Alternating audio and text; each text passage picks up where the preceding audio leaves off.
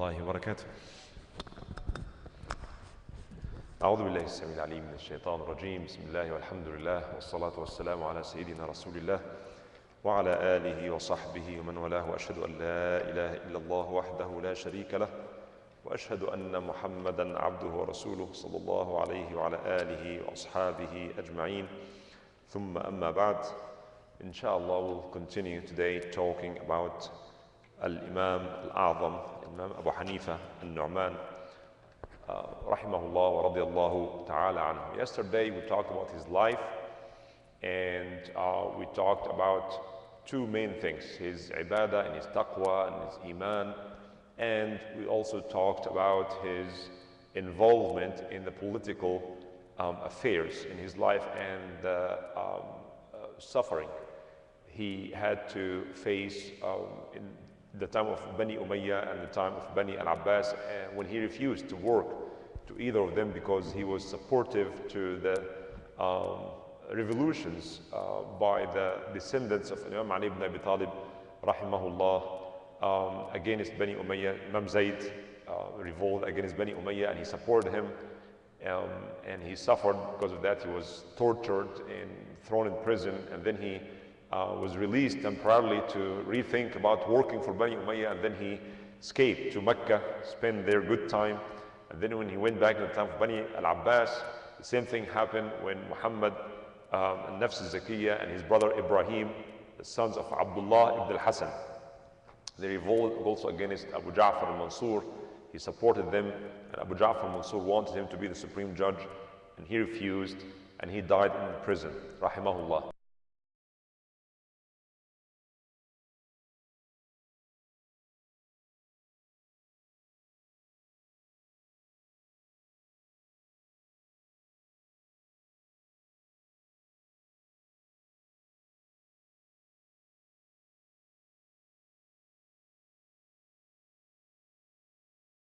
And they have certain knowledge with them. Every Sahabi goes to Damascus or to Iraq or to Egypt or to Yemen. They have certain knowledge, certain ahadith, and they judge or make fatwa based on the knowledge they have. So the notion that the schools of thought developed in the 2nd century in the time of the great Imams and then ended up with 4, that's not true. The schools of thought started very early on in the time of the Sahaba radiallahu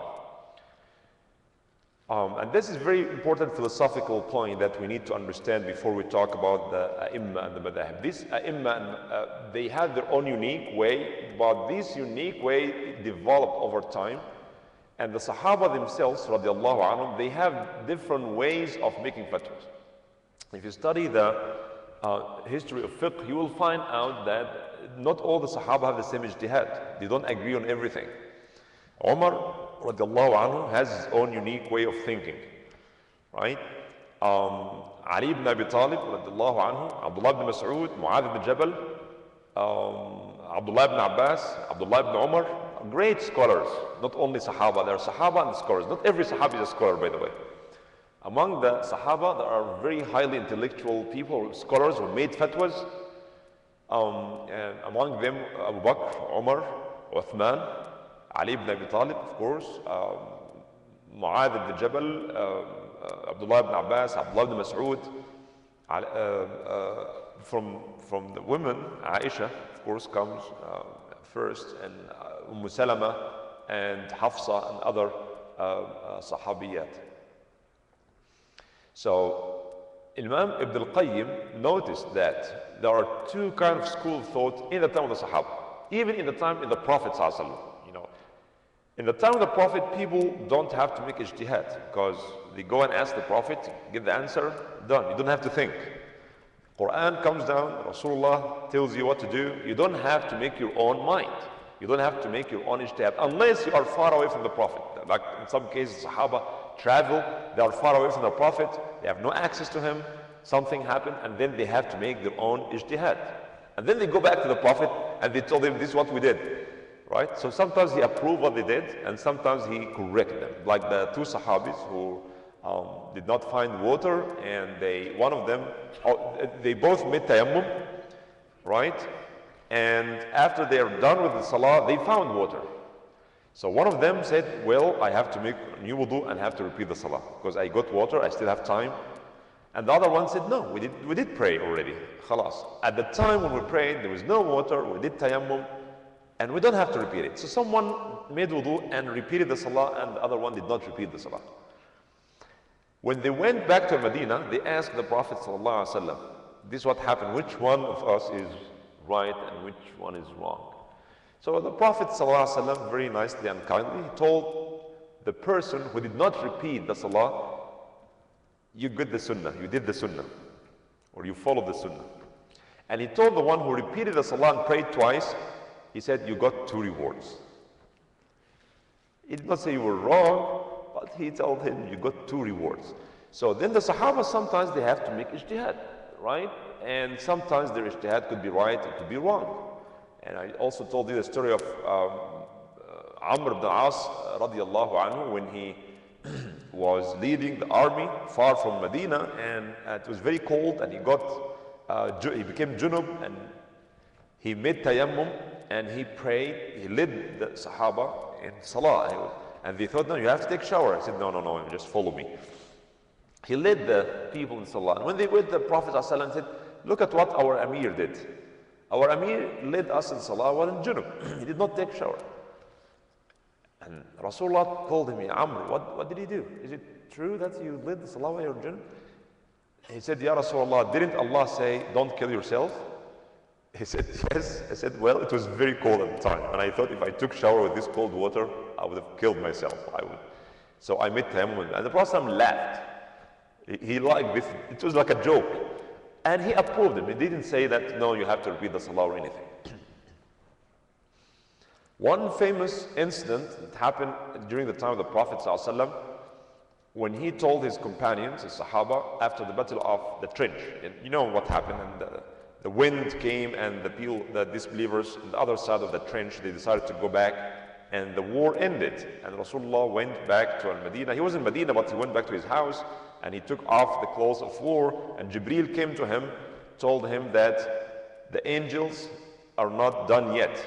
You have to go now to punish Bani Qurayza because they breached their agreement with you in the time of war. They were facing 10,000 people, and they have peace treaty with Bani Qurayza. At the time of war, Bani Qurayza broke this agreement, and then Rasulullah ﷺ, after this conversation with Jibreel, he went back rushing out of his house to the masjid, people there, and he said, now everybody, I want you to listen. If you believe in Allah and the hereafter, don't pray Asr except in Bani Qurayza. This was after Dhuhr. Don't pray Asr except in Bani Qurayza.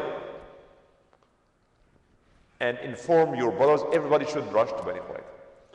He said, whoever believes in Allah and the hereafter should not pray Asr except in Bani Qurayza. So the Sahaba start going to Bani Qurayza to attack Bani Qurayza. And then on their way, by the time they got ready and departed from Medina, going all the way south of Medina, it was Asr time and Maghrib time was approaching. And some Sahaba said, no, let's stop here on their way to pray Asr and then continue. And others said, no, the Prophet said, don't pray Asr except in Bani Qurayza. We will not pray Asr except, but Maghrib is coming. You will not reach Bani Qurayza until after Isha even. They said, well, the Prophet said, don't pray Asr except in Bani Qurayza. We will not pray Asr except in Bani Qurayza. Other Sahaba said, no, we have to pray on our way. Because the Prophet did not mean to pray Asr there. He meant we should rush as fast as possible. Right? So we have to pray because Asr and every Salah must be done on time. So they were just divided into 2 groups. One group decided to pray on their way before Maghrib, and then after Salah al-Asr they rushed to Bani Qurayza, and others did not stop and did not pray Asr except after Isha in Bani Qurayza. So they prayed Asr, Maghrib and Isha, 3 together. So when Rasulullah came later, they told him, Rasulullah, this is what happened.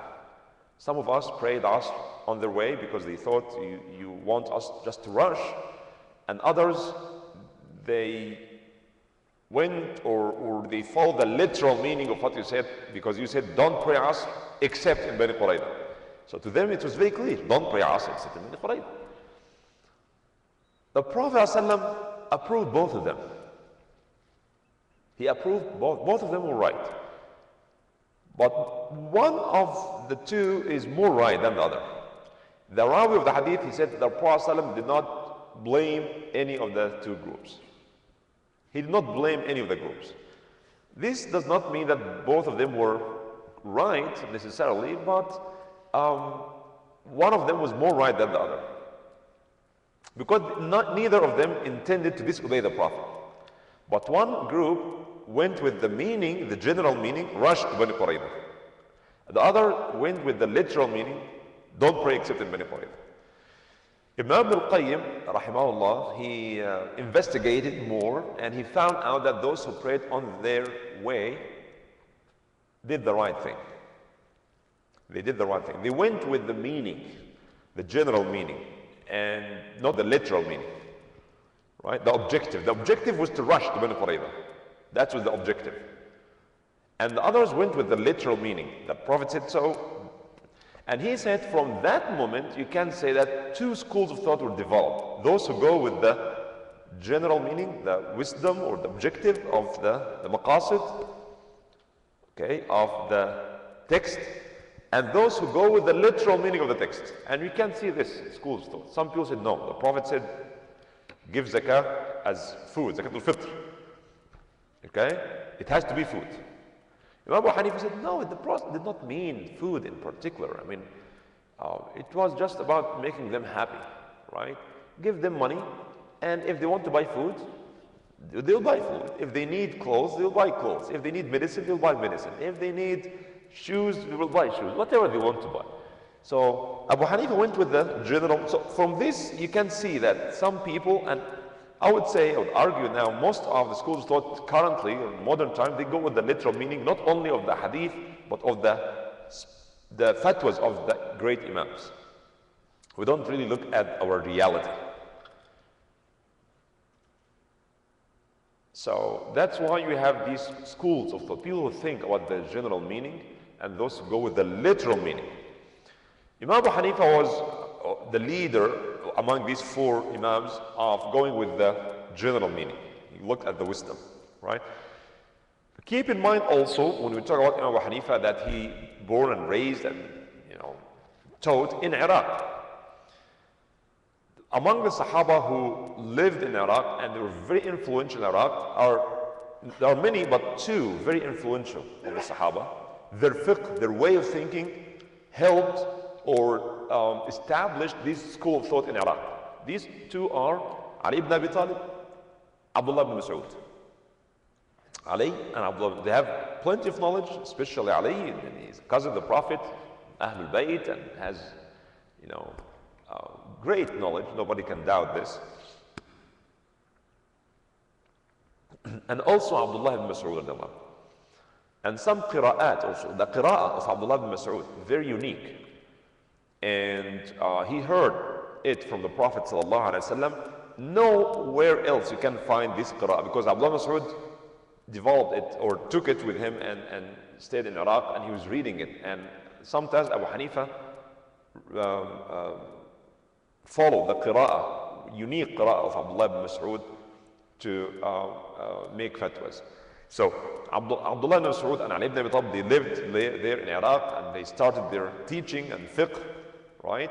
And then Ibrahim al-Nakha'i, one of the great scholars, and he is the teacher of Hammad ibn Abi Sulaiman, the teacher of Abu Hanifa.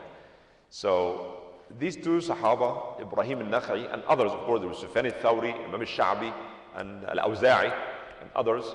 But Ibrahim al-Nakha'i was the faqih, the great faqih who inherited the knowledge of Abdullah ibn Mas'ud and Ali ibn Abi Talib, and was the great teacher at that time. And then his brilliant student, Hammad ibn Abi Sulaiman, and then Abu Hanifa, as we mentioned yesterday, he was a great teacher, a student of Salman. He stayed with him 18 years. And these 18 years, he said, I did not hear about anybody, or anyone, any student, who stuck with his teacher like I did with Hammad.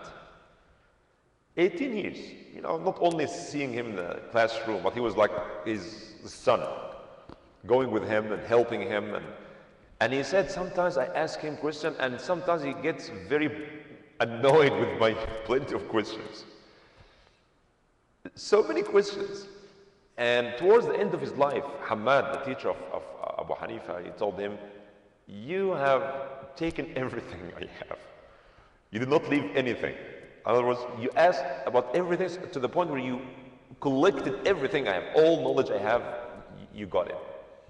All right? So this also helped not only Abu Hanifa, but the environment in which Abu Hanifa grew up. Right? And so he was influenced by the knowledge and the way of thinking of Ali ibn Abi Talib, Abdullah ibn Mas'ud, Ibrahim al-Nakha'i, Hamad ibn Abi Sulaiman. Another important thing that helped Abu Hanifa to develop his madhab is he started with ilm al-kalam, kalam and munadhara. It's known as ilm al-kalam and al-munadhara. Ilm al-kalam is the science of theology, and maybe you are more familiar with schools of fiqh, but schools of theology also is a totally different field. When they talk about al-iman, what's al-iman? What's al-iman? What constitutes iman? When you are asked, what is al-iman? Is it the shahada you say by your tongue, or the iman that's in your heart that comes before the shahada?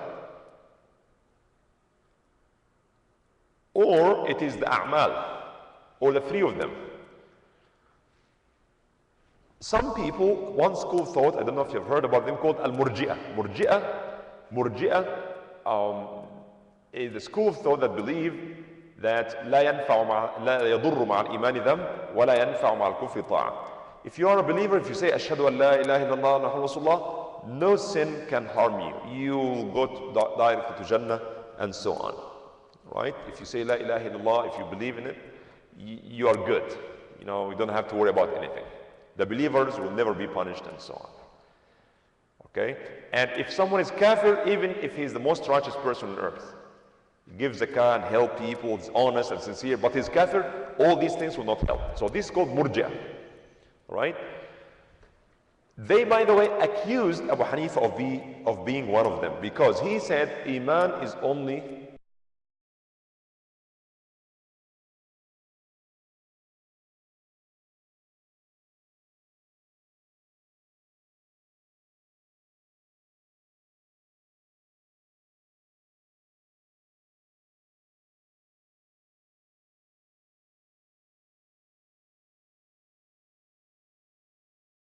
by actions also. So if someone believes in his heart and says the shahada, but he does not pray, does not fast, does not make hajj, he's able to make hajj, but he did not, he drinks alcohol and he steals and things, he's not mu'min. Abu Hanifa said, no, he's still mu'min, but it's up to Allah to punish him or to forgive him. It's up to Allah. So he's not totally like murji'ah, and he's not totally like those who insisted that amal is part of al-iman. He said, yes, I believe Allah may punish a believer in this life and the hereafter, but he said that I don't believe that amal is one of the pillars of iman. It is a good mu'min or a bad mu'min, but he's still mu'min. Right? Long story, but this is one of the schools of thought of theology. There were also al-Asha'ira and al-Maturidiyya and so on and so forth. They debate all these theological things about Allah subhanahu wa ta'ala and His attributes. Is it part of Him? Is it a separate thing from Him? Does Allah have hands and eyes? Because Allah said, وَلِتُصْنَعَ عَلَى عَيْنِي, right? And وَالسَّمَاءَ بَنَيْنَاهَا بِأَيْدٍ وَإِنَّا لَمُسْرِعُونَ يَدُ اللَّهِ فَوْقَ أَيْدِيهِمْ. Those who give you pledge, Muhammad sallallahu alaihi wasallam, Allah said, إِنَّ الَّذِينَ يُبَيِّعُونَكَ, those who give you bay'ah, they are giving bay'ah to Allah. The hand of Allah is above their hand. Allah said that. Does Allah have a hand? Oh, no, He does not have a hand. If you say Allah has a hand, then you're making Him equal like humans. No, He does not like a hand. They called mu'attila, a school of thought called mu'attila. No, Allah does not have a hand. And others said mujassima. Mujassima means that like impersonate Allah subhanahu wa ta'ala. Said no, Allah has hands and has eyes. So what do you believe? Does Allah have hands? Does He have eyes and ears and things like this? The vast majority of Muslims believe yes, Allah has a hand, but it's not like our hand. Allah has an eye, but our eyes, but it's not like our eyes. Different, right?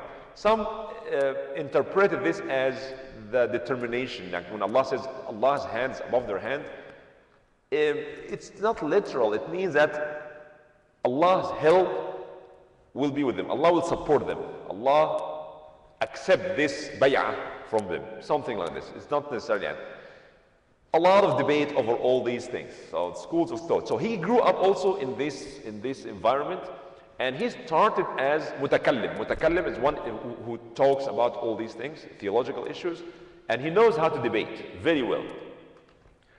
And then later on he found out that this is useless. You know, the Sahaba did not debate these issues. Allah says Allah's hands above their hands. You understand it the way you want, and khalas, you don't have to go very deep in this. There's no point of discussing it. If it was good, the Sahaba themselves would have asked about it, and the Rasulullah would have explained it more.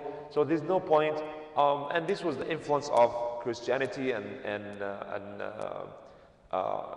Persian religions and things on philosophy. So he decided to leave this and to go to fiqh. But all these things helped him building his mentality, his way of looking at things. Now, what makes Abu Hanifa unique is not only he's smart, but all of what we have mentioned. He's smart, but he grew up in this environment, and he developed his own way of looking at fiqh or producing fiqh, the way of ijtihad or methodology. What is his unique methodology? Every scholar, these four and other scholars, they have their own way of thinking. When a mas'ala comes, how do they find the answer? How do they give fatwa? Based on what? I will explain generally the main sources of knowledge of Abu Hanifa, and then we'll talk about some details, especially when it comes to the Sunnah of the Prophet ﷺ. Abu Hanifa himself did not write a book, explains this, but his students, they wrote about his, not only masail, which some said 100,000, others said 500,000 masail.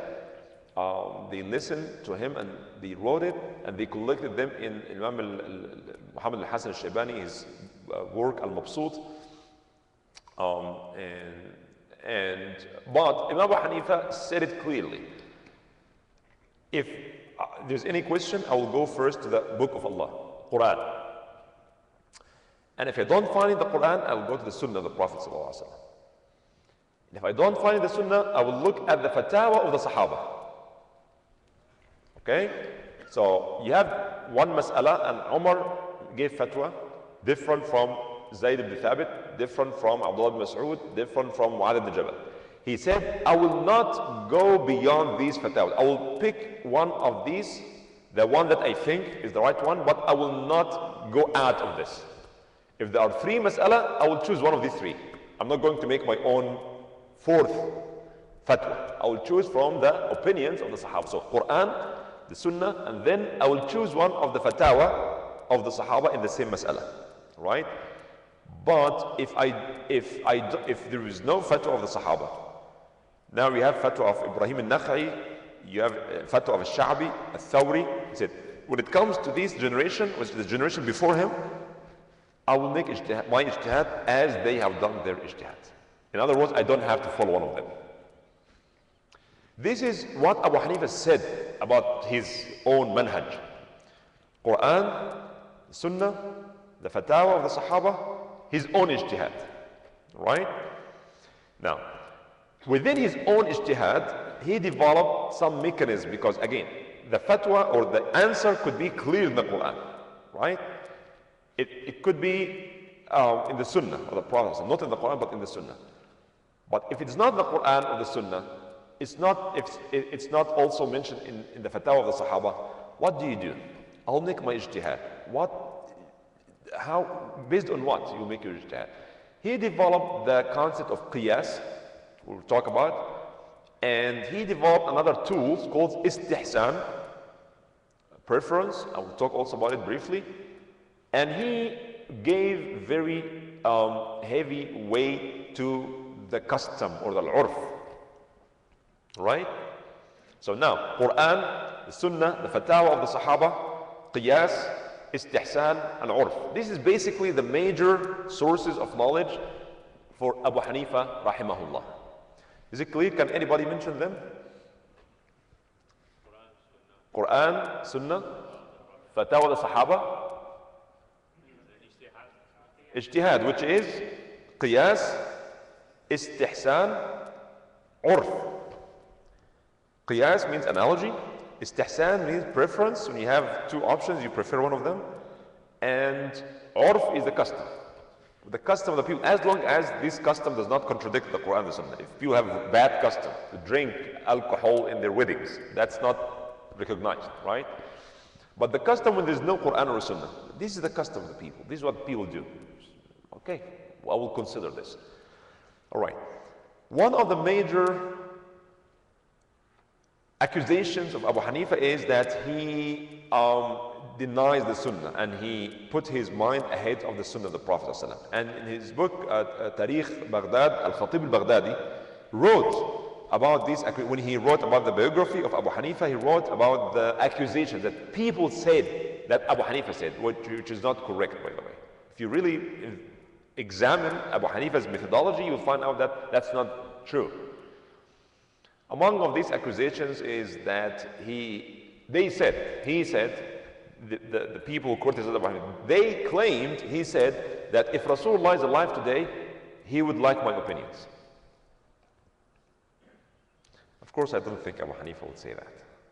And he made fun of some of the hadith. They claimed, again, please don't go and say that I said Abu Hanifa said that. They claimed, those who criticized Abu Hanifa, they claimed that Abu Hanifa used to make fun of the hadith and he make his own mind and reject the hadith. Sometimes when someone mentioned, I said, what? This is nonsense. Something like this. He make these kind of comments. Or when he was told that the Prophet used to raise his hand before ruku' and after ruku', and he said, they told him that this hadith, that you raise your hand before ruku' and after ruku'. He said, why? You want to fly? Why would you do that? They claimed he said that. In other words, they claim that he's making fun of the hadith and he think that he, when a hadith comes to him does not make sense, he rejects it and he give fatwa against the hadith. That is not true, and I will explain. If you understand this point, you will get it. Okay? But before I do that, and if I forgot, please remind me, because this is one important thing that we must understand. Based on what he accepts or rejects a hadith. It's true, Abu Hanifa, like any other scholar, does not accept any hadith. He accepts the hadith with some conditions.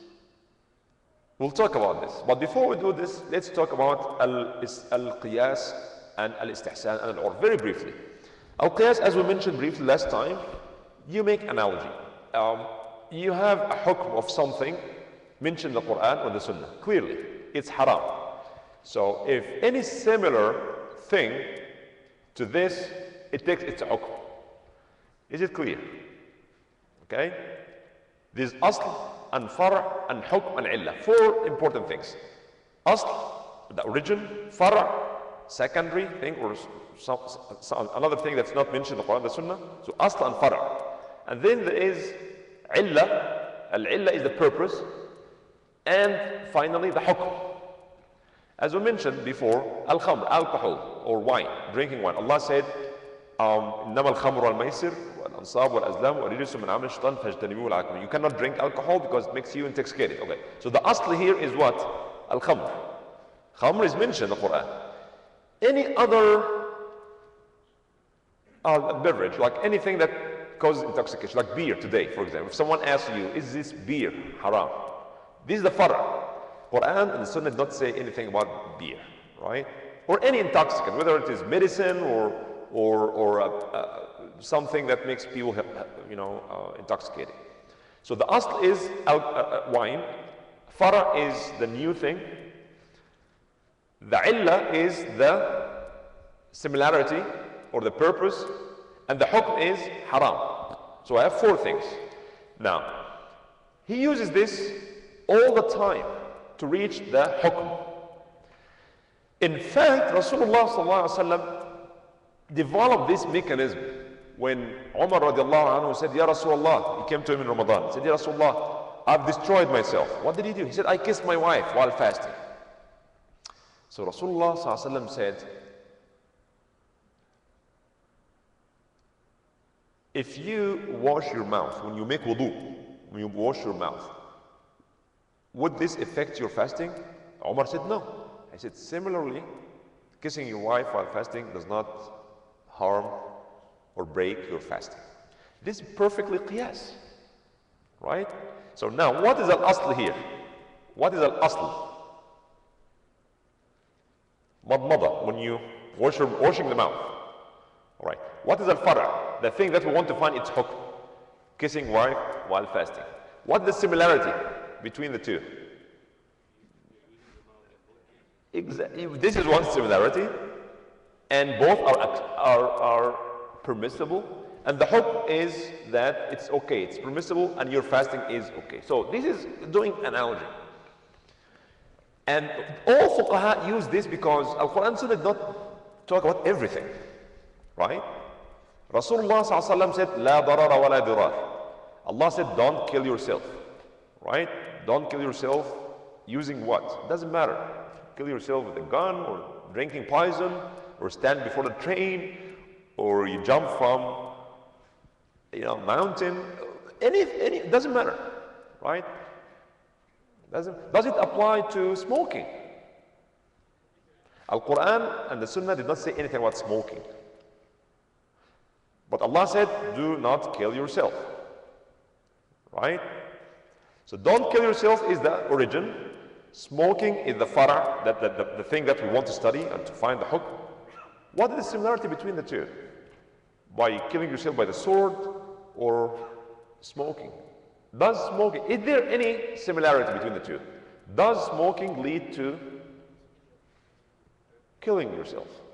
Definitely, we have no doubt on this. All scientists and all scholars agree on this, right? And then the hukm should be the same. Okay? Smoking is haram. Why? Based on this solid analogy. Some analogy go far away from this because the illah or the purpose is not there. It's not really the same. They are not the same. So you cannot make this. Okay? You cannot do this. Like for example, just an example of the wrong qiyas. If according to the hadith, when there is no riba between the son and father, okay? Between son and father, if the father borrowed money from the son and he gave him more, or without setting conditions, of course, that's okay, that's forgiven, because it's son and father, you can give little less, a little more, that's okay. Does this apply? Can we do analogy between the government and people? When people put their money in the banks owned by the government, and the government give them 2.5% or 6% interest. Some scholars in the modern times said no. By analogy to this, there's no riba between the government and the subject of this particular, or the citizen of this. Of course, that's a wrong analogy, because the relationship between son and father is not like the government and people. So this is the qiyas. So Abu Hanifa used qiyas all the time, and especially when the hadith is, when there's no hadith at all, then he uses qiyas. And then there's something called istihsan. And istihsan is a very controversial way of, or a mechanism of ijtihad. Shafi'i and others said, no. Istihsan, man istahsana faqad sharra. You are making yourself as a legislator. You are making law. What is istihsan? That Abu Hanifa was excellent at, very good, to the point where they said that كان طلابه ينازعونه القياس. When he makes analogy, his students would argue with him. No, the illah is not clear, and saying things like that. But when he says astahsinu, nobody can debate with him. What's istihsan? Istihsan, basically, when you have an analogy, but this analogy, if you apply this analogy, if you are consistent with this analogy, this will cause a lot of harm on people. So you go against the qiyas. An example. Rasulullah sallallahu alayhi wa sallam said, or naha an bay' al-gharar.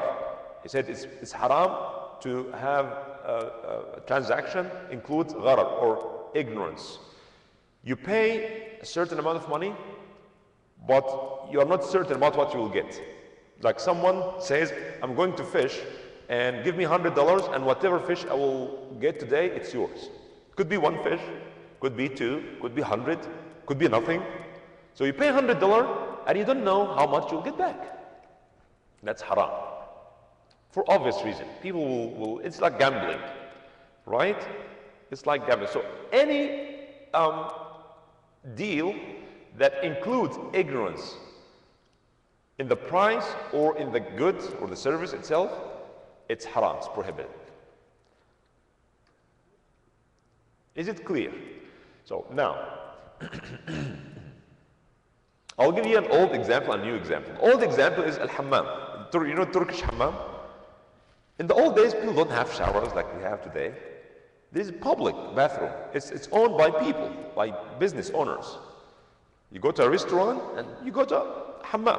You take your towel, you take your clothes you want to change, and you go there and you stay in the hammam. You use the soap and the hot water and take a shower and change your clothes and you get out and you pay a certain amount of money. Before you enter the hammam, you pay, like let's say $5. How long are you going to stay in the hammam? How much water you're going to use? How much soap you're going to use? It varies. Someone can stay for only 5-10 minutes and someone can stay for an hour, right? And if the hammam is full, you won't accept new customers. You have to wait until someone leaves and accept other people in. And the modern example is the open buffet, the buffet restaurant. You pay like $10 and you eat as much as you can. Some people will eat one plate and some people will stay there for 2 hours. And it happened, by the way, students, he went there and he took his books with him. He went for breakfast, lunch, and dinner. Yes, he said he's very, very poor and his students, he has like very little amount of money. And he cannot afford eating 3 meals a day. So he said, well, I'm going to take my laptop, my books, and go and sit study. Because no questions answered. They don't tell you how much you should sit down there, how much food you will eat. You can eat as much as you want. So according to this, he did not violate any rules. Now, would this be okay for the hammam, the example I gave? Is it okay? Abu Hanifa said, well, yeah, according to the qiyas, no. If you make qiyas, an analogy, this is not supposed to be acceptable transaction. Because there's gharar there. But this is became the urf of the people. And if you change this urf and you ask them to say you have to stay this amount, you have to use this amount of water and this amount of soap, and this, it would be very difficult. Neither the owner of the hammam nor the customer will like it. And you are okay with this little amount of gharar, that's fine, let it go. So it goes against the qiyas, obviously. But to make things easy for the people, istihsan. That's called istihsan. I'll do that, istihsan. And there are a number of other examples. The ulama also allowed. Some said that's urf, and others said no, that's really istihsan, but it doesn't really matter. It's urf and it's also istihsan. All right. So other scholars said no. If you are going to play with istihsan, this idea of istihsan, then you are going to ignore the hadith eventually. No. Forget about this istihsan. What the hadith says, follow it. Period. Right. And al-urf, obviously, what people are used to do, the urf of the custom of the people should be acceptable. And Imam Abu Hanifa paid so much attention to this because Sharia came to make the life of the people easy. Okay, so when you want to change the custom of the people, this will bring more hardship on them. As long as it's not haram custom. This is the custom. Okay, so he approves the custom. Let it be the way people do it. All right. How much mahr should be paid? It depends on the urf, the custom of the people, and this urf varies from one place to the other. Right. So these are the sources of Hanifa: Quran, the Sunnah, the Fatawa of the Sahaba, then Ijtihad, which includes Qiyas, Istihsan, and Al-Urf and Custom. Now, Quran and the Sunnah. Let's talk about the Sunnah.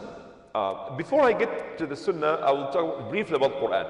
As you know, there are different qira'at, different styles of recitation. Sometimes it is verbal, it's the way you pronounce the word, okay, but does not affect the meaning, and sometimes it does affect the meaning. For example, the kafara of the yameen. If you said, Wallahi, I will never visit this brother again. Well, Wallahi, I will not talk to him again. And later on, you came back together and you start talking to him. Now, what happened to this yameen? You have to make kafara. And this kafara includes either feeding 10 people or giving them clothes or free a slave. Or if you cannot do that, you fast 3 days. Do we have to fast 3 days consecutively?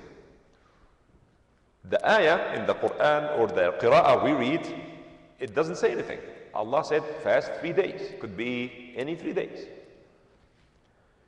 But according to the qira'ah of Abdullah ibn Mas'ud, according to his qira'ah, there is a word mutataliyat. صِيَامُ ثَلَاثَةِ أَيَّامٍ مُتَتَابِعَاتٍ. Consecutive, 3 consecutive days. So Abu Hanifa, he said this qira'ah is very famous in Iraq. And he said, no, if you have to make kafara of yameen, they must be consecutive days. And those who do not read or follow this qira'ah, they said, no, you don't have to follow consecutively. You can fast any 3 days. See, this is one of the examples of how the ulama have different opinions. Now, let's come to the big accusation. The biggest criticism against Abu Hanifa is that he refused the sunnah and he make fun of the hadith, and he says religion is nothing but good opinion and so on. So let's talk about this. Imam Abu Hanifa, he, as I said, like other scholars, he does not accept any hadith unless he knows that or unless they meet the conditions he set for himself. I will mention this very quickly. Now, before we talk about this, you need to know that there are 3 categories of the hadith. There are different categories, but the main 3 categories are the following. When it comes to the authenticity of the hadith, the hadith called mutawatir, mashhur, and ahad. Mutawatir means this is the highest level of authenticity. When great number of Sahaba narrated this hadith to great number of tabi'een, and great number of tabi'een narrated this hadith. So huge number, more than 10. More than 10. That hadith is 100% authentic. It's as authentic as the Quran itself. Because the Quran came to us in the form of tawatur, right?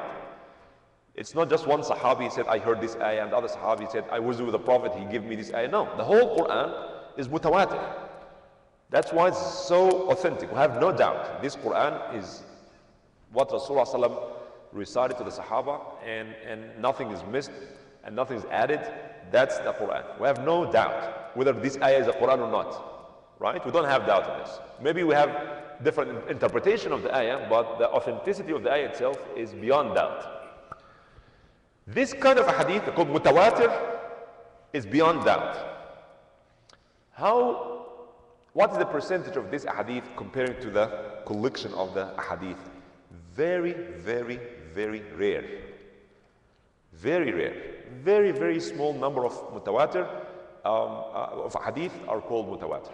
The second category, which less than mutawatir, is called mashhur. Mashhur means popular or known, well known. It's less than mutawatir. It's not great number of Sahaba, but good number of Sahaba. And the hadith is very famous, and all ulama accept it. So it's not mutawatir yet, but at least it is mashhur, or they call it also al-mustafid.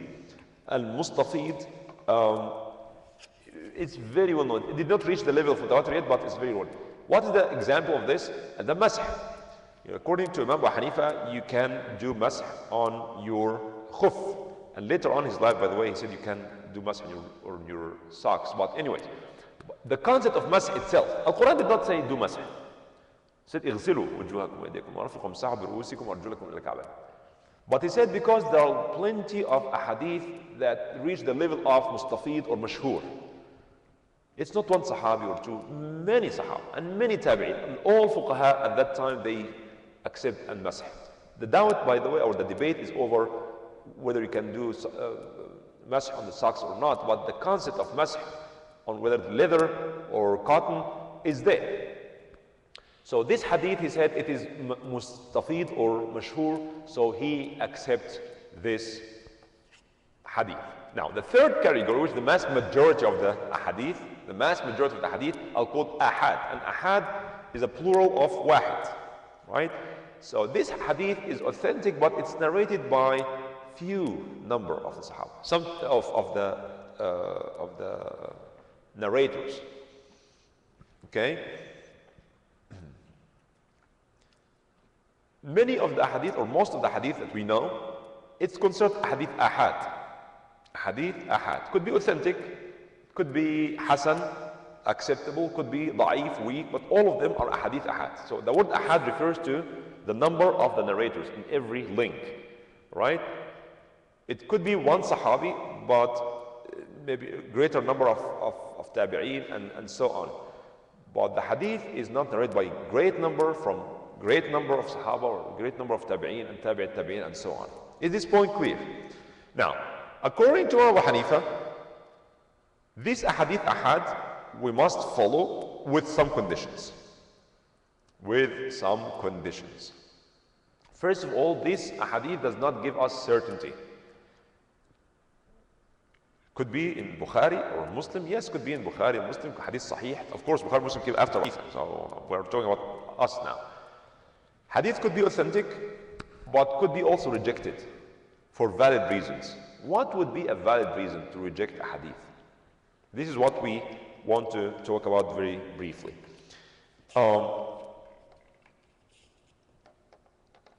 He set some conditions. There are two areas when you put conditions when you study hadith. One is the sanad, the riwayah, the chain of narration. You have to meet some conditions. All these narrators from the Sahabi until the hadith comes to Abu Hanifa, all of them must be trustworthy and must be sharp, have sharp mind. They don't forget or get confused. They are known as being trustworthy, never lie, are good people. All people recognize them as good people. And also they have sharp mind. These two conditions, all right? So this is one of the conditions that has to do with the chain of narration. And now the second condition is about the hadith itself, the content, the saying of the Prophet sallallahu alaihi wasallam, right? So he put some conditions regarding the chain of narration and some conditions regarding the hadith itself. He said, Abu Hanifa rahimahullah, that this, when it comes to the chain of narration, the person must be Muslim, of course. You cannot accept a hadith from someone who's not Muslim, and must be sane and mature. You cannot accept a narration from a young boy. Maybe you can make a mistake. And the dabt has to be sharp, and he should be also trustworthy. How about the person that we don't know? One of these chain of narration, someone we don't know whether he's good or bad. We don't know enough about him. What do you think? One of the people who narrated the hadith, one of them is not known, called Mastur al-Hal. Mastur al-Hal, yani we don't know whether it's good or bad. Do you think it's a good idea to accept him because every Muslim is okay, is good? Or unless proven otherwise, he's supposed to be innocent and good? Or since we don't know him, we don't accept his narration. Which one do you think is the right one? Accept or not accept? Huh? Well, fine. So what I'm saying, what makes you think he's not trustworthy? Is the person by default is trustworthy unless proven otherwise, or is by default not trustworthy unless he's proven trustworthy?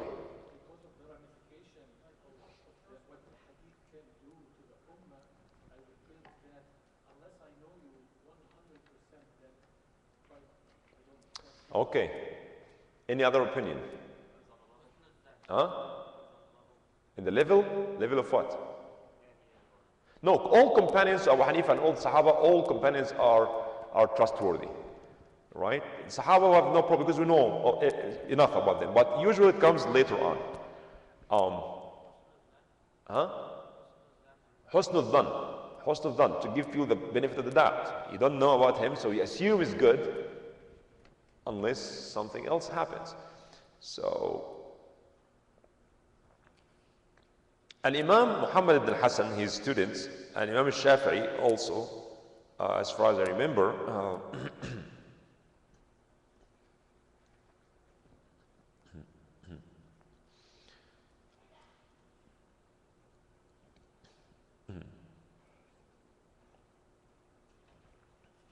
Imam Abu Hanifa said or believed that the Mastur al-Hal, he should be treated as a trustworthy person.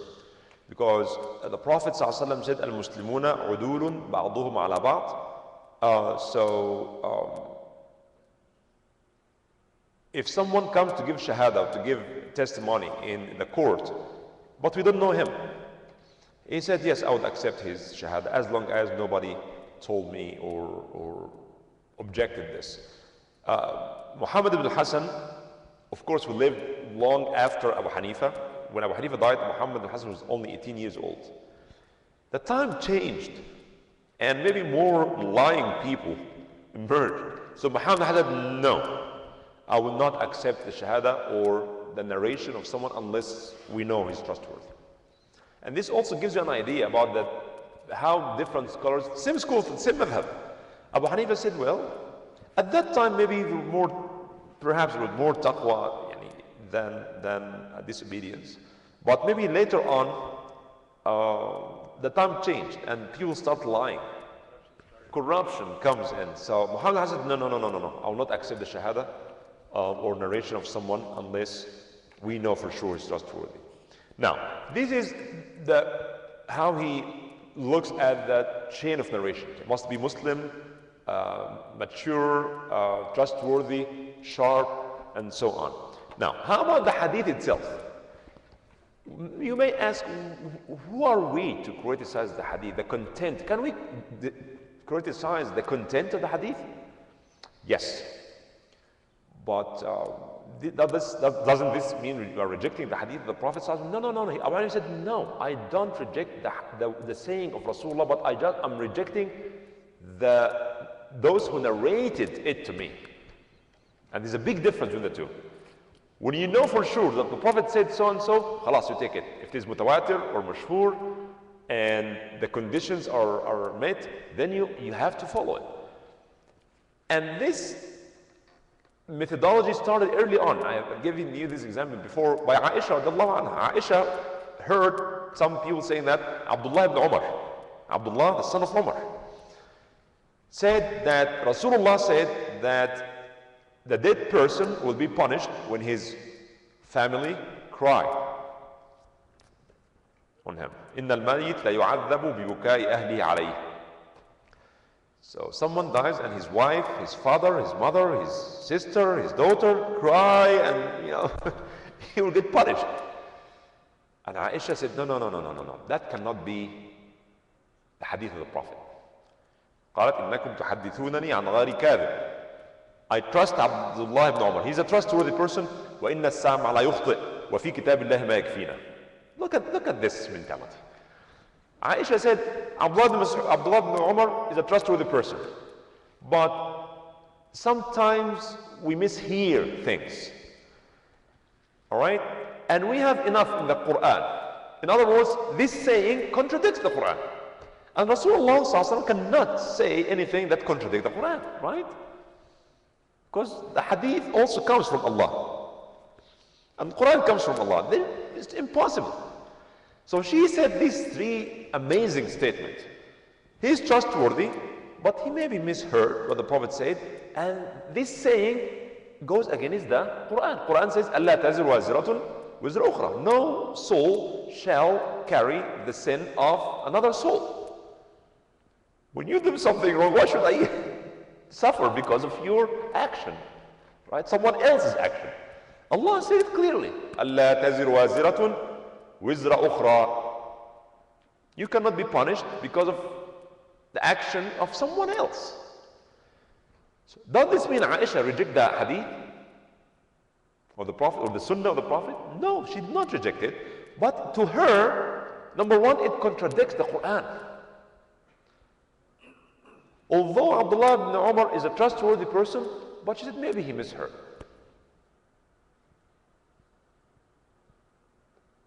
Similarly, Abu Hanifa said, if a narration came to me, even from trustworthy people, but it contradicts the Quran or well-established rules of Islam, I will not take it. Can you blame Abu Hanifa for that? No, we cannot blame Abu Hanifa for that. For example, okay, there is a hadith narrated that there's a trick that people who sell goats and sheep, they do. They don't milk the goat when they want to sell it. They don't milk it for a few days, right? So what happens then? Huh? Not only wait. It deceives the buyer, because the buyer will think, wow, look at this. She has a lot of milk. She produces so much milk. And he takes it and he milks it one time, and then the milk is gone. Right? And then he has to wait for a few days, and he finds out that he was deceived. Then there is a narration suggests that من اشترى مصراتا فهو في الخيار فهو فيها بالخيار إن شاء ردها ورد معها صاعا من تمر. So if this happened, the hadith suggests that if you buy this kind of goat and you found out that you've been tricked, you may return it and in addition to sa' of tamr, and you get your money back. And Abu Hanifa said, no, why? Why you add tamr? This about almost 5 pounds of tamr. Why? He said, this is a contradiction here. Why? Because Allah subhanahu wa ta'ala said in the Quran, فَمَنْ اعْتَدَى عَلَيْكُمْ فَاعْتَدُوا عَلَيْهِ بِمِثْلِ مَا اعْتَدَى عَلَيْكُمْ. If someone wronged you, you can defend yourself, or you can wrong him with the same amount. You don't give him more, right? So he said, I don't think that the buyer should return this goat and return along with it these 5 pounds or sa' of tamr. And he gave fatwa against this because, again, to him, this narration goes against the Quran al-Karim. Another khabar or hadith, it's khabar, it's narration, says that al-haramu la yu'idu 'asiyan wa la farran bidam. If someone killed someone, okay, and he escaped and he lived in al-haram, not on the Masjid al-Haram, but in the haram area. In the haram area, you cannot harm anybody, cannot capture anybody or arrest someone or so. But this khabar says, if someone killed someone and escaped in al-haram should not be an excuse for him. In other words, yes, you can go and kill him even in al-haram. Again, he said this goes against the Quran. Quran says, وَمَنْ دَخَلَهُ كَانَ آمِنًا. Whoever enters al-haram should be safe. That's very general. Okay? To put simple, Abu Hanifa, rahimahullah, refused to particularize the Quran with hadith ahad. Let me say this again. When Allah says something in the Quran, and the hadith gives an exception to this general ruling in the Quran. He said, if this hadith is mutawatir, yes, I will take this as an exception. So the mutawatir hadith can make an exception to the Quran because they have the same level of authenticity, right? This mutawatir and mutawatir. The second category of the hadith, if the hadith is mashhur, it's not mutawatir, but I will accept the hadith mashhur or mustafid to particularize the general ruling in the Quran. But hadith ahad, no. He said no. Hadith ahad cannot particularize the general hukm mentioned in the Quran. Does it make sense? And his argument is simple. This hadith ahad is not in the same level of authenticity of the Quran. Quran is here, very authentic, very strong, And this hadith, this Quran gives yaqeen, certainty. We are certain. This is what Allah said, right? But this hadith, the ahad, does not give certainty. So how come we leave the certain to the uncertain or less certain? You have something that you have no doubt in. Would you leave it to something that in which you have doubt? Now we understand how Abu Hanifa thinks, right? Based on that, many ulama, they didn't like this methodology. But Abu Hanifa, he thinks this is the way For example, if you are traveling, can you combine and shorten the prayer? If you are Hanafi, no. Because what? Allah said in the Quran, إِنَّ الصَّلَاةَ كَانَتْ عَلَى الْمُؤْمِنِينَ كِتَابًا مَوْقُوتًا. It's timely obligation. It has to be done on time. So, combining the prayer, yeah, it was narrated in a number of hadith, but none of these hadith is authentic, is mutawatir or mashhur. It's all hadith ahad. Why should we leave what Al-Quran said to the hadith? No, I'm not going to take that. Similarly,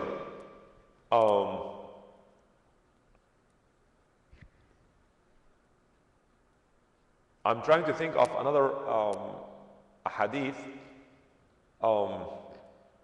Like for example, combining Eid and not combining. When you have Eid and Jum'ah, like it will happen in this Eid. The Prophet ﷺ, this is a hadith. The Prophet said, if you come and pray Eid with us, you don't have to come for Jum'ah. You can pray Dhuhr wherever you are. But I will come and I will make Jum'ah. Whoever wants to come, he may come for Jum'ah. Whoever wants to stay. Because at that time it was difficult for people to come in the morning for Salat al-Eid and go back and then come back for Jum'ah. Imam Ahmad ibn Hanbal was a muhaddith. He knows hadith. He said, well, khalas, you don't have to. Jum'ah is not obligatory. Yeah, if you come, it's better to come. You're going to have another great gathering and reward and so on.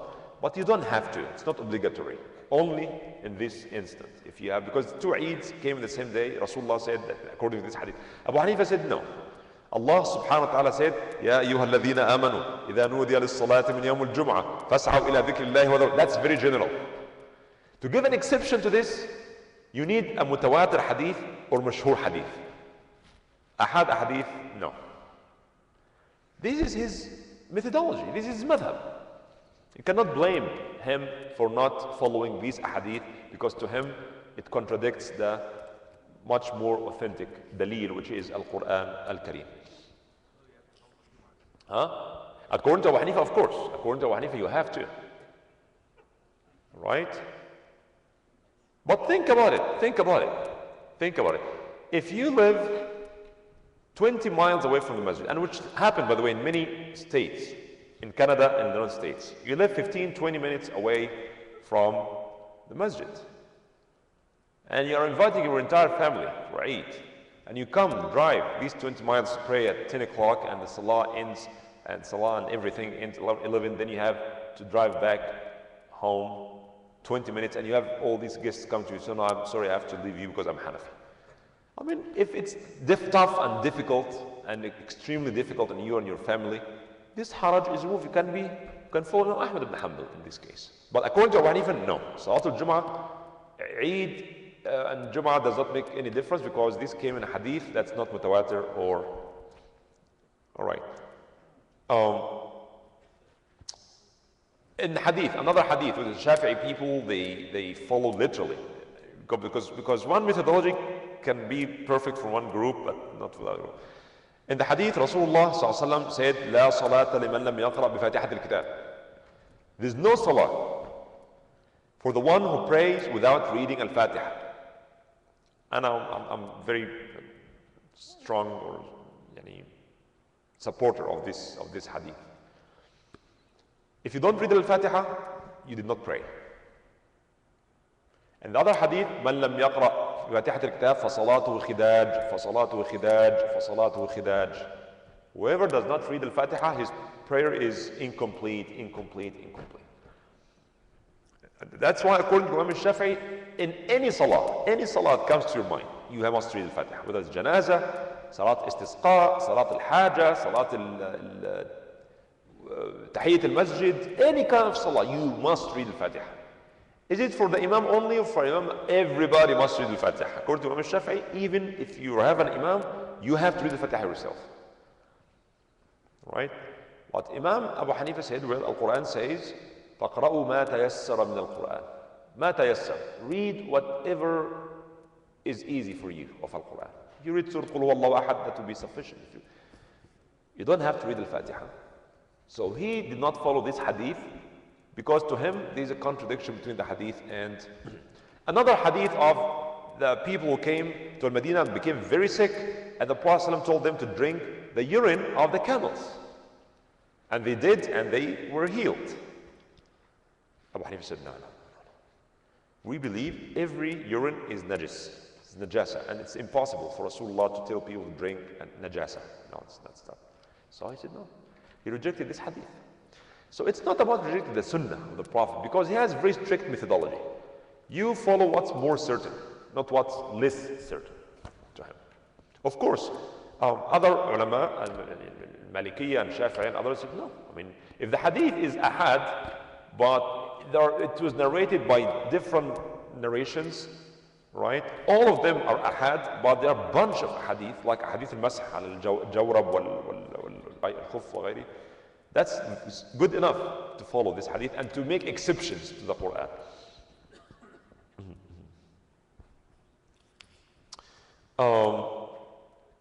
Abu Hanifa himself said that they say that when you reject one of these narrators, you are rejecting Rasulullah. Said that's not true.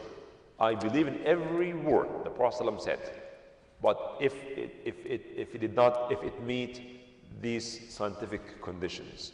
So he's questioning the authenticity of or the trustworthiness of the people or the authenticity of the hadith by reading Al-Quran, and if it confirms what's in the Quran, then he goes with it. If it contradicts with it, he does not take it.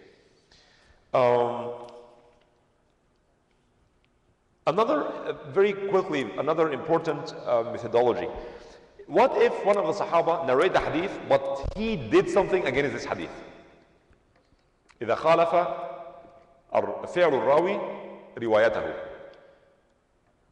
Did it happen? Yes, it happened. I'll give you some examples now. But now, if the Sahabi said, Rasulullah said so and so, but he himself or she herself, they did something against this, which one will take?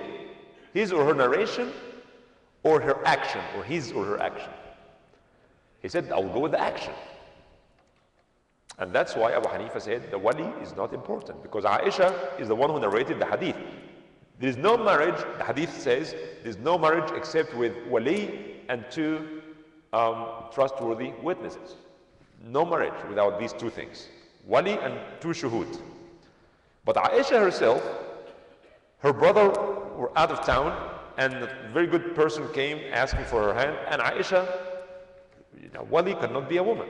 Aisha said yes, and she allowed this marriage to happen. And when her brother came and said, why didn't you wait for me? She said, would you reject this person? He's a very, very good person, very good mu'min.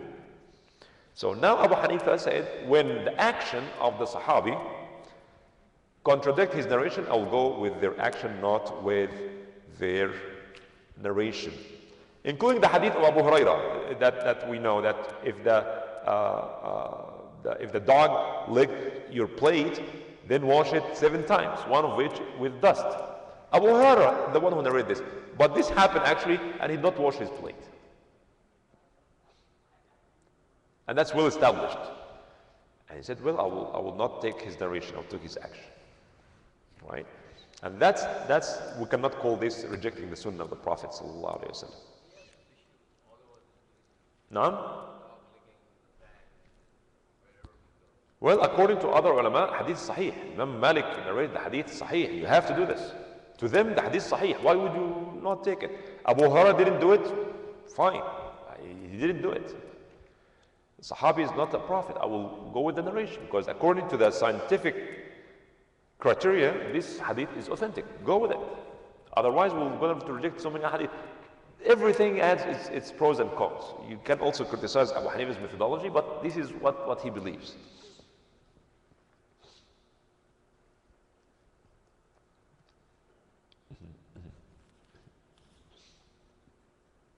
Oh, another condition. You also would appreciate Abu Hanifa's mentality. He said, if a hadith regarding something that everybody needs, something that all people need, and only one person narrated this hadith, it does not make sense. And he gave the example of hadith Busra. If someone touched his private part, would this nullify his wudu? According to this hadith of Busra, it's a female actually, she asked about this. And they said, and the Prophet said, yes, you have to make wudu. Okay? If you touch your private part, then your wudu is nullified. And Abu Hanifa said, don't we all need to know about this? Why would the Prophet ﷺ give this knowledge to one person? Why is that? The Prophet ﷺ would have given a khutbah about this, or talk about this in a khutbah, or mention this to a number of the Sahaba. And why one person, and this one person is a female? Right? So according to Abu Hanifa, no. If someone touched his private part, this does not nullify his wudu. Okay? You can like or dislike this, but this is what Abu Hanifa, how he thought. ما تعم به البلوى, the general need. Everybody needs to know about this, because this is what people do every day. If it nullifies the wudu, the Prophet ﷺ would have clarified, not to give it to one particular person. Another condition, what if someone narrated a hadith but forgot about it? Can this happen before? Yeah, maybe it can happen that sometimes people come to you, I remember you told me 10 years ago, oh, really? Did I tell you about this? I totally forgot about it. Maybe you forgot about it, and ask your wife. Wives remember things very particular. Like, you told me this and that. Oh, really? Did I say that? Yeah, you said that. And most of the time they are right, because they have a better memory when it comes to specific issues than. So, what if a great, trustworthy scholar or person said something, and later on he was asked about it, said, no, I don't really remember. Would you accept the narration he narrated before or not? Because now you have more doubt in it. And this happens actually by Imam al-Zuhri. Imam al-Zuhri, one of the great scholars of hadith, he narrated this hadith of Aisha regarding the wali, that the nikah is batil without wali. But Imam al-Zuhri, Ibn Jurayj asked him after this about this. He said, I don't remember this. I don't remember. So al-Zuhri is the one who narrated this from Aisha, right? And now al-Zuhri said, I don't remember. And Abu Hanifa said another good reason not to take this hadith. Similarly,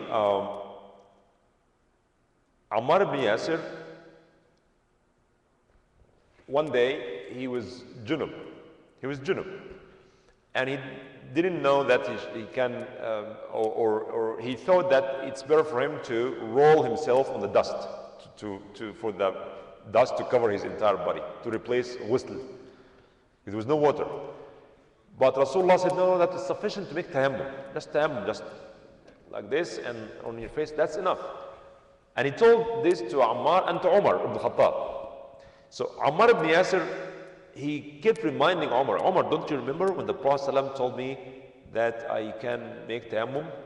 And Umar did not remember it, right? This was after the death of the Prophet ﷺ. Because this hadith was narrated by Umar. It was narrated by Umar, but Umar did not remember, right?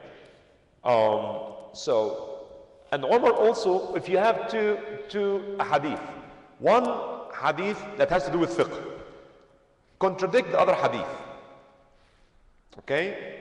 Which one you will follow and which one you reject, because you have to reject one of the two. He said, I will look if everybody in the chain of narration is trustworthy. And this hadith narrated by, let's say, Abdullah ibn Mas'ud, who was a faqih scholar. And another hadith narrated by Abu Hurairah, contradicting each other. He said, no, I will go with the one that has more fiqh. If the rawi is a faqih, the sahabi is a faqih, and the other sahabi is a good sahabi, there's nothing wrong, they're also trustworthy, but it's not faqih. But not every Sahabi. I will go with the riwayah of the faqih. So he said the fiqh al-rawi makes a lot of difference, whether it's the Sahaba or Tabi'een or Tabi'at Tabi'een. I will go based on the fiqh of the ruwah.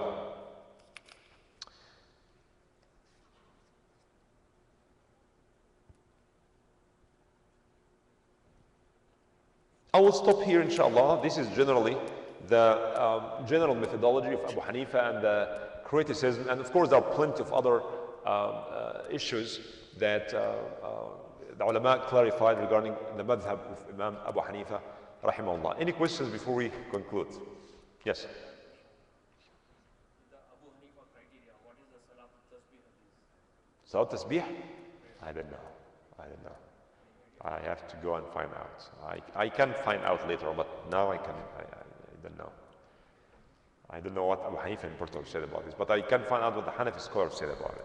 I can read their books, and I read usually Al-Mabsut, Imam Al-Sarakhsi, Al-Bahr Al-Ra'iq, Imam Al-Zayla'i, no, Nasb Al-Rai Al-Zayla'i, Al-Bahr Al-Ra'iq Ibn Nujaym Al-Hanafi. These are the books, the authentic books of Hanafi madhab, you read to find out. Sharh Hidayah, of course, Imam Al-Sarakhsi also. Smoking is haram, so in a way that hookah Hookah is more haram than smoking cigarette. Because, you know why? Because hookah, according to the presentation I heard from doctors, it has more nicotine that comes into your body than a cigarette. I think it's in 10 or 15 cigarette equal. So hookah is haram. And now, how do you know? Someone can argue. The Quran did not say that. The Sunnah did not say. The Sahaba did not say anything yet. But the Prophet ﷺ said, Al-Quran said, don't kill yourself. And the Prophet ﷺ, la darara, or anything that harms is haram, generally. And this is harm. This harms, and this is the illah, the purpose, or the similarity, and takes the same hukm. Right? Eating tobacco? If eating tobacco causes harm or cancer, then it's haram, because it harms. Right? By the way, since we're talking about this, you may have heard or you will hear some people say, Hanafi scholars say smoking is just makruh, it's not haram. Makruh means disliked, but it's not haram. Right? And that's true. Many Hanafi scholars say that, but that was, when these smoking things happened, the Ottoman time of the Ottomans, at that time it was like drinking tea or coffee, and smoking. It was considered, you are wasting your money, and it's makruh. Now we have certain knowledge. We are certain that smoking causes cancer and can kill you. All right? So based on the knowledge we have, it's not just makruh, it's haram. They said makruh based on the amount of knowledge they have at that time. But now we know from scientific perspective. Huh? I can't hear you. I don't think so, no. I don't think so. No, they don't sell alcohol. But this is beyond the point. I mean, the point is what they smoke or they sell. They smoke. Yeah, people smoke. Of course, yeah, people smoke all the time. But I heard you saying they sell smoking. But it's prohibited anyways. But prohibited does not mean that it's not done. Drugs are prohibited, but people buy and sell and consume drugs. So the ulama, they give fatwa based on what they know. So what we know now from scientific perspective is that it's very harmful, and any harmful thing, because simply you don't own your body. Your body is not yours. You cannot just cut this finger or harm yourself. You cannot do that, because this body is an amana. Allah gave you this body so that your soul can stay in this body, so you can function in this world. But you cannot sell your body, you cannot cut your body, you cannot burn your body, you cannot do that. It's haram. Smoking, we're killing ourselves. We're damaging the blessings of Allah subhanahu wa ta'ala. Yes?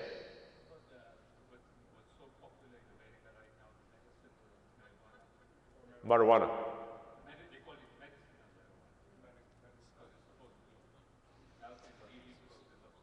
I wish Abu Hanifa was alive today. You know, what's unique, just to conclude this because time is running, what I really found very unique about Abu Hanifa, Abu Hanifa's methodology rather, because most of the madhab we know about Abu Hanifa is not necessarily reflect the opinion of Abu Hanifa. So when you say the Hanafi madhab is different from Abu Hanifa said, or Abu Hanifa's opinion. Because the Hanafi is not just Abu Hanifa. The methodology started, but within the Hanafi there are also schools of thought. You need to know that. All Hanafis are not the same. Abu Yusuf and Muhammad al-Hasan, they disagreed with each other, and both of them disagreed with Abu Hanifa. Okay? So we say, oh, I'm Hanafi. So what kind of Hanafi you are? I mean, what trend, what branch within Hanafi? Because there's a methodology and there are methods within the great methodology, right? Methodology is what defines the madhab. But within the this large or general methodology, there are also different trends within the madhab. Okay? But what makes Abu Hanifa unique, in fact, is that he always looks at the text, and he always, with the other eye, he looks at the context. He looks at the context. He knows what's going on. And he knows what harms people and what makes things easy on people. And that's why he was very pragmatic. Again, not to say that he rejected the Sunnah to be pragmatic. No, he is following the Sunnah of the Prophet ﷺ, but with these conditions, which makes a lot of sense. You can criticize them, but you cannot accuse Abu Hanifa of rejecting the Sunnah. But he knows what harms the people. And his students also. I'll give you an example that tells you how flexible fiqh is. And this is what defines a great scholar, by the way. If you memorize this book, if this is the summary of the fiqh, and you memorize it like you memorize Surah Al-Fatiha, and every time you're asked a question, you give the fatwa, you quote that does not make you a scholar, because you memorize a book. Does not make a person a scholar at all. Because every case is unique. Every case is different. Every case is different. Every time, every condition, every circumstance is different. That takes a faqih not only to know what's in the book, but also to know what's in reality. And this is a great misunderstanding of fiqh. Fiqh, as you understand fiqh, oh, mashallah, he studied all these books of fiqh. So what? It's like printing another copy of this book. Does not make a scholar. If you Xerox this book, you have two books. They have the same thing. If you have Xerox it 100 times, you have 100 copies of the same book. If you memorize it, you are 101 of the same book. And quoting the book applying what's in the book in every case can be extremely damaging, extremely harmful. And this is what one fatwa fits all. Fatwa made in the 7th or 8th or 17th century does not fit necessarily people are living in the 21st century. So if Abu Hanifa is alive today, he would ask us, what is this 401k? What is this? We have to explain to him what it is. And based on understanding this reality, he will go back to the maqasid, the Quran, the Sunnah, and things, and he'll say, no, I don't see anything wrong with this. How about mortgage? Okay, where do you live? We live in this non-Muslim country. What the percentage? We are 1%, only 1%. We are divided into sects and things. So what is the established system here? What's the urf? The urf is, if you want to buy a house, you go to the bank and you tell him the story. Is there any cheating in this? No. This is, you read the contract, and the contract says that's. Abu Hanifa said, that's fine. If you are living in a non-Muslim country, and this is their system, there's nothing wrong for you as Muslim to do it. This is what Abu Hanifa said. He was thinking way ahead of his time. We are now the opposite. We are living way back. I'm serious. Abu Hanifa, what's unique about this? You know, that someone said, you know, in the day of judgment, Isa alayhi salam will find out that people worshipping him, right? So what would Isa do to those who worship him and his mother? He said, Ya Allah, I'm not responsible for what they do. I did not tell them to do that. Ma qultu, right? I never told them to do that. I'm not of them, they're not of me, I have nothing to do with them. They're not my lovers, they're not my followers.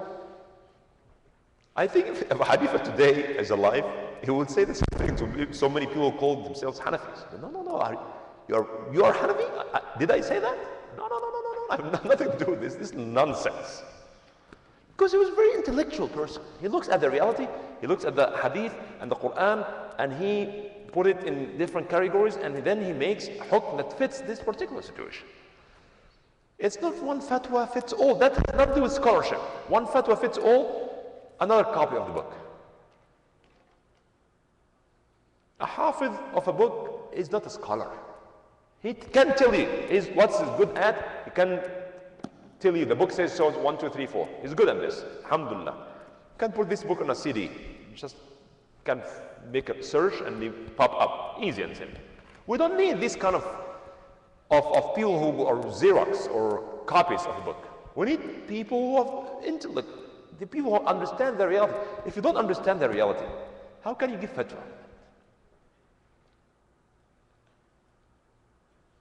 It's impossible. So if Abu Hanifa is alive today, he will ask us. He will try to find. He will ask the experts. I need someone who works in the bank to tell me how does it work. And when I understand the reality, then he will give fatwa based on understanding the reality. For all of them. And they would have changed. This is what their students said when they met with Imam Malik. Abu Yusuf said, if Abu Hanifa is alive today, this was like maybe 10 or 15 years after the death of Abu Hanifa. If Abu Hanifa is today and he got this kind of knowledge, he would have changed his opinion. I'm sure, he says, I'm sure if my teacher, Abu Hanifa, Abu Yusuf said that, is alive today, he would have changed his opinion. But once we don't change our opinions, this leads to disasters. This makes Islam so rigid. And people rightly ask, how come that you want us to live according to opinions made on the 8th century, Hijri, or the 12th century? It doesn't work. Islam came to live every time and every place, but Islam, Quran, the Hadith, and the Sunnah, they need intellectual people like Abu Hanifa to understand the objectives of Quran and Sunnah, and then they said, well, this is the hukm should be done in this particular case based on this. But just one fatwa fits all makes things difficult in all people. سبحانك اللهم وبحمدك نشهد أن لا إله إلا أنت نستغفرك ونتوب إليك. بسم الله الرحمن الرحيم والعصر إن الإنسان لفي خسر إلا الذين آمنوا وعملوا الصالحات وتواصوا بالحق وتواصوا بالصبر. سبحان ربك رب العزة عما يصفون وسلام على المرسلين والحمد لله رب العالمين. صلى الله على سيدنا محمد وعلى آله وصحبه وسلم.